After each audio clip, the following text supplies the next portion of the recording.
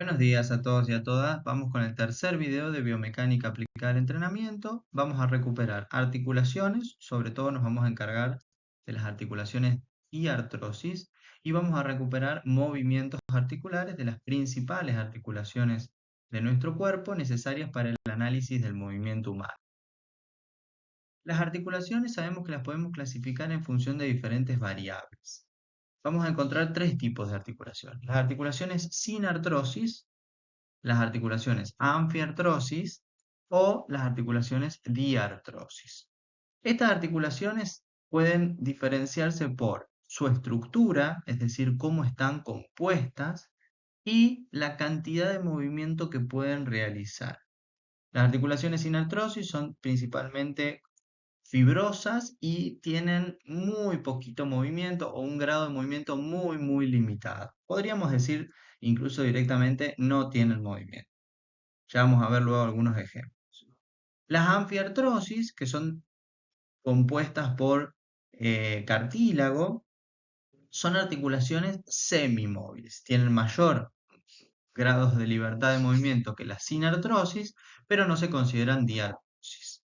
Y las que nos van a ocupar para el análisis de movimiento son las diartrosis, que son articulaciones sinoviales. Ahora vamos a ver más características de este tipo de articulación, que son articulaciones que tienen mucho movimiento, ¿sí? Justamente por eso tienen toda una serie de características que les van a permitir moverse con mucha frecuencia y algunas con gran amplitud, sin dañar la estructura que compone esa articulación. Las diartrosis tienen todas estas características. Aquí se ve en la izquierda la imagen que grafica cada uno de los puntos nombrados. La cápsula articular, esta cápsula articular que rodea la articulación. Las superficies óseas que forman la articulación están cubiertas por cartílago y hialino.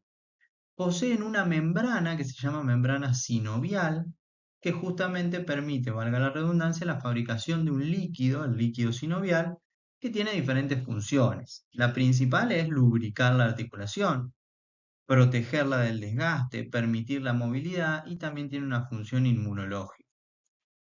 Podemos encontrar la presencia de meniscos, ¿sí?, que son como pequeños almohadones en el medio de las placas que contactan, que disminuyen el roce, permiten un mejor contacto y un mejor funcionamiento, o bien de rodetes, que son anillos o bien rebordes que cumplen la misma función, son de carácter fibrocartilaginoso.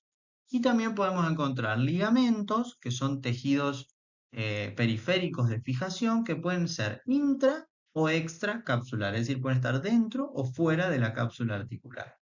Y esto va a diferenciarse, por supuesto, en cada una de las articulaciones que ya hemos estudiado a lo largo de todos los temas. Vamos con los tipos de articulaciones que son de mucho movimiento, son sinoviales, son diartrosis, como venimos diciendo. Acá les voy a dejar este gráfico de resumen donde están los distintos tipos de articulaciones diartrosis y algunos ejemplos. Por ejemplo, la articulación trocoide, ¿sí?, o pivot, donde tenemos el ejemplo de la articulación radiocubital superior, o también tenemos la vértebra C1 y C2, atlas y axis, que forman esta articulación entre sí. Como en artrosis, las que no nos podemos olvidar, bueno, tenemos la articulación coxofemoral, entre el fémur y el hueso coxal, y también la articulación glenohumeral. La hipocondilia, donde hay un cóndilo y justamente una superficie cóncava que va a recibir este cóndilo. Por ejemplo, tenemos la articulación húmero-radial o también la articulación formada con los huesos del carpo, ¿sí? Bueno, tenemos el tipo artrodia. Em, Podemos nombrar aquí las artrodias o planas, ¿sí? Entre el astrálago y el cancáneo, la subastragalina, y podemos nombrar las articulaciones formadas en la caja torácica, ¿sí?, entre bueno, las articulaciones anteriores de la caja torácica. La de tipo encaje recíproco o silla de montar Acá les dejo dos ejemplos. Por ejemplo, la articulación que se forma entre esternón, clavícula y los cartílagos costales, llamada esternocondroclavicular, y también la articulación formada entre el calcáneo y el cuboides, ¿sí? Llamada calcáneo cuboide. Y finalmente, una articulación de tipo troclear es la formada por, bueno, la principal que nosotros vamos a nombrar, que es troclear a nivel, por su estructura, es la formada en el codo, por el húmero y el cúbito. La rodilla, si bien sabemos que estructuralmente es una bicondilia, funcionalmente funciona como, valga la redundancia, como una tróclea. Así que podríamos nombrar como troclear al codo y a la rodilla o a la articulación femorotibial. ¿Sí? Muy bien.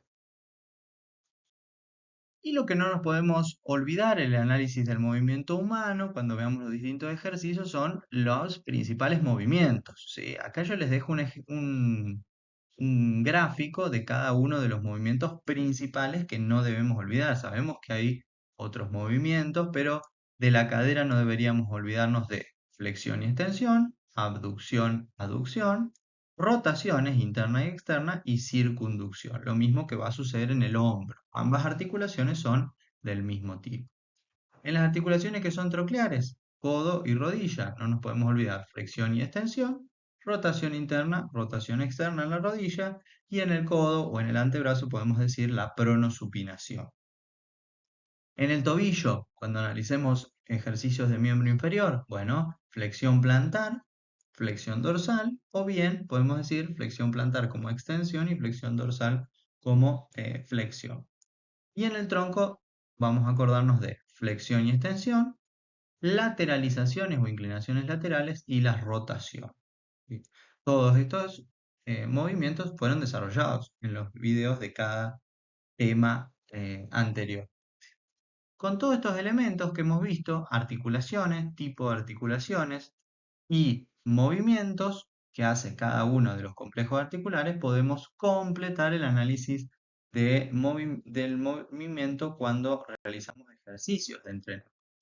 Pongo ejercicios de fuerza porque son los más fáciles de reconocer, porque son ejercicios más bien eh, segmentarios, ¿sí? Entonces, por ejemplo, si analizamos un ejercicio monoarticular, como este que es un bíceps con mancuernas, podemos decir a nivel de articulación que la articulación o el complejo articular es el codo, ¿sí? Que la flexoextensión se produce gracias a la articulación húmero-cubital, ¿sí? Que es una tróclea, y el movimiento que se realiza en el ascenso es, en el ascenso, una flexión y en el descenso una extensión. ¿Sí? Estos son movimientos monoarticulares.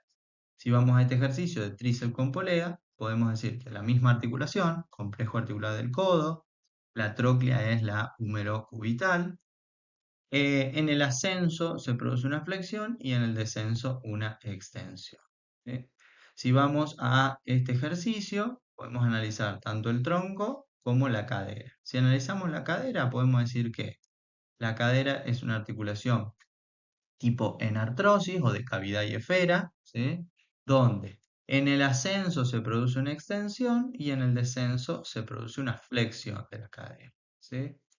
Este ejercicio de abdominales, bueno, el tronco, dijimos ya las articulaciones vertebrales entre sí no tienen demasiado movimiento, pero cuando se combinan, todo el raquis vertebral tienen una amplitud de movimiento mayor. En este caso, bueno, el tronco en el ascenso realiza una flexión y en el descenso una extensión, ¿sí? Si analizamos un ejercicio poliarticular, por ejemplo, este press militar con mancuernas sentado, acá ya tenemos dos articulaciones para analizar. Solo tenemos que analizar a nivel del hombro y a nivel del codo.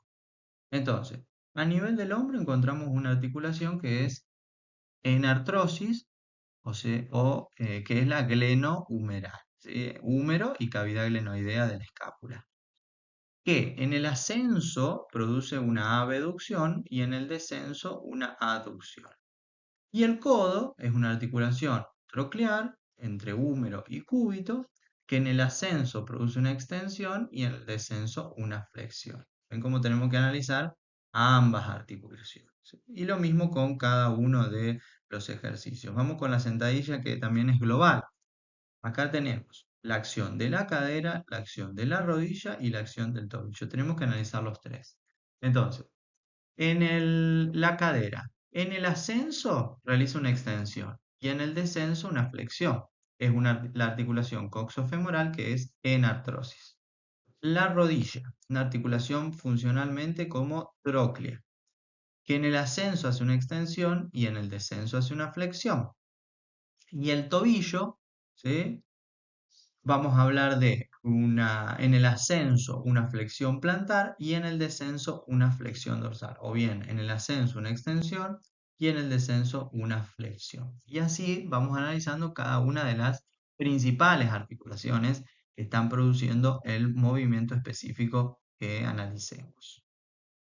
Bueno, espero que esto sea de mucha utilidad. Les mando un gran saludo.